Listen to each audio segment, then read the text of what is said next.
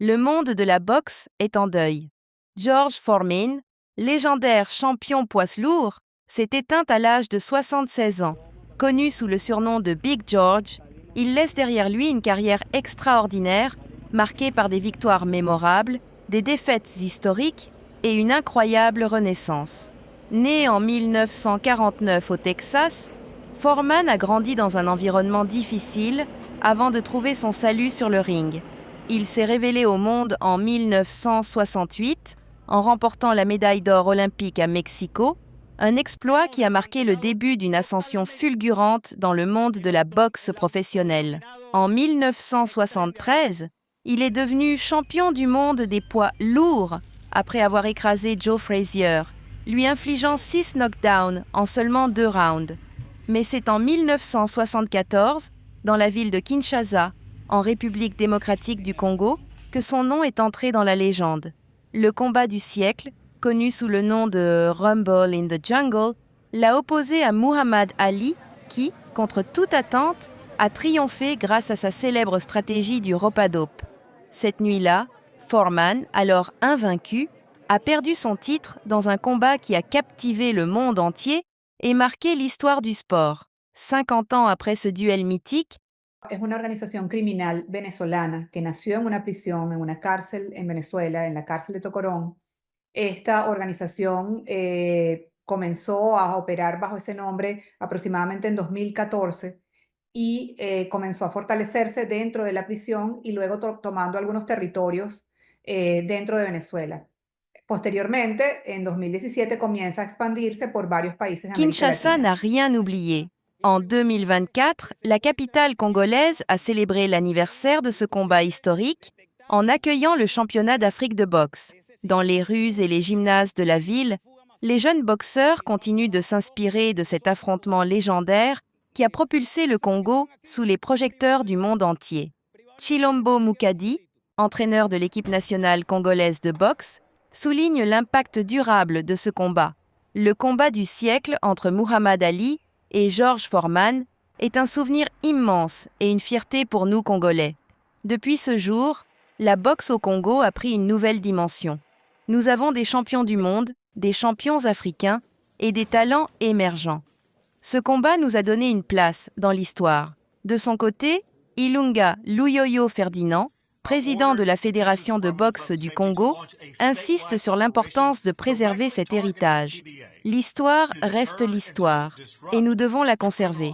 Chaque fois que je mentionne Kinshasa à mes collègues du monde de la boxe, ils me répondent immédiatement « Ah, le combat de Muhammad Ali, c'est une fierté nationale que nous devons continuer à valoriser. » Après sa défaite contre Ali, George Foreman a traversé une période de doute et s'est retiré du ring en 1977.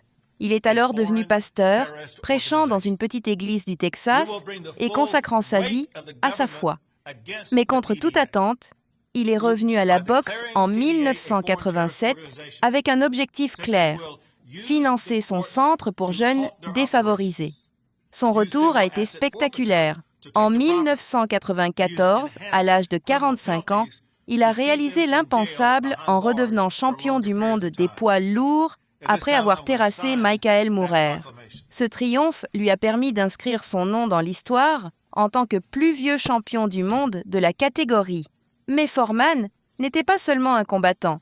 Avec le même esprit qui l'animait sur le ring, il s'est imposé dans le monde des affaires avec son invention révolutionnaire, le George Foreman Grill.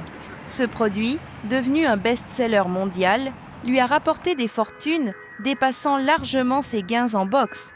Jusqu'à la fin, il est resté un homme de foi, un père aimant et un modèle pour des générations de boxeurs.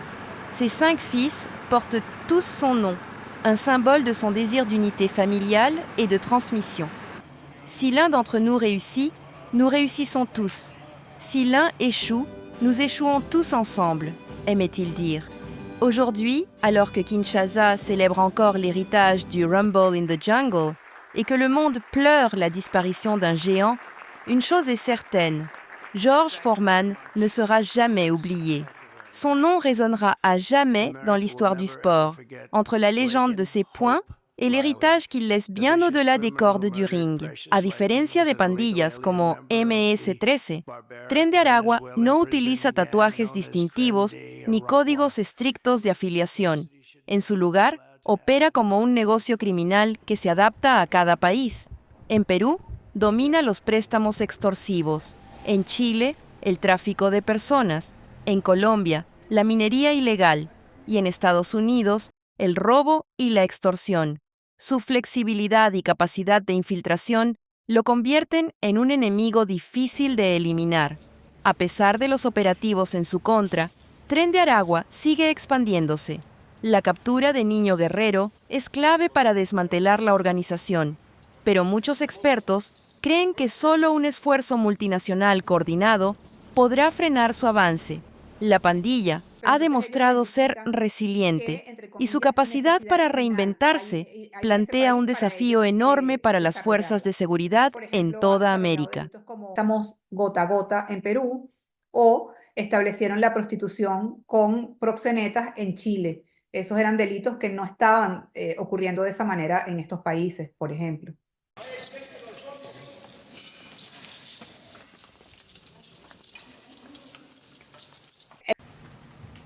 Hello, everybody. Good afternoon. And as you saw this past weekend, the president used his authority under the Alien Enemies Act to deport foreign terrorists. Tren de Aragua is now a designated foreign terrorist organization. And as I said, there were nearly 200 Tren de Aragua members who were sent to El Salvador this weekend. Countless lives will be saved because of this action.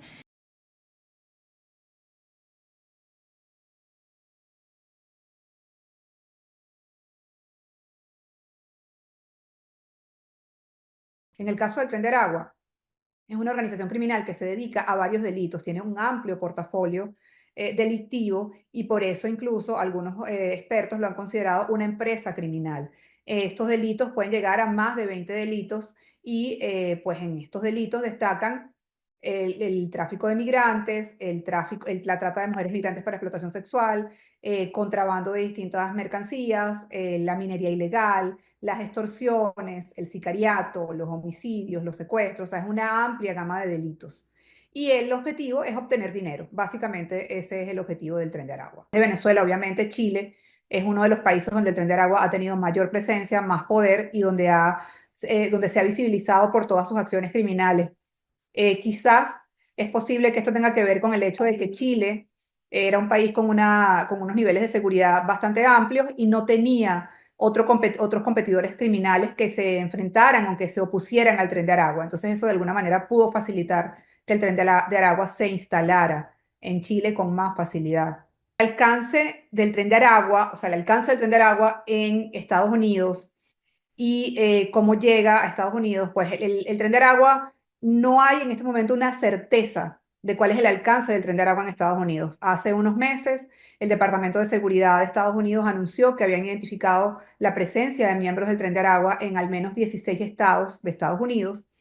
En este caso, pues solo se anunció que habían identificado la presencia de miembros de la organización. Sin embargo, no hay certeza sobre los delitos que esté cometiendo el Tren de Aragua en Estados Unidos, sobre cómo opera la organización, sobre quién lidera la organización. De la MS-13 no utiliza tatuajes o sea, no es necesario utilizar un tatuaje para ser parte del Tren de Aragua. O sea, el tatuaje no es un mecanismo de identificación de los miembros del Tren de Aragua. O sea, no tienen la obligación de usar tatuajes los miembros del Tren de Aragua. Los que tengan tatuajes, pues es por decisión propia.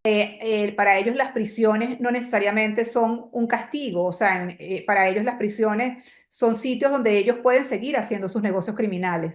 Y eso lo aprendieron bien y lo pueden implementar. De hecho, lo han visto ya autoridades en Chile y en Colombia, en prisiones donde están detenidos miembros del Tren de Aragua.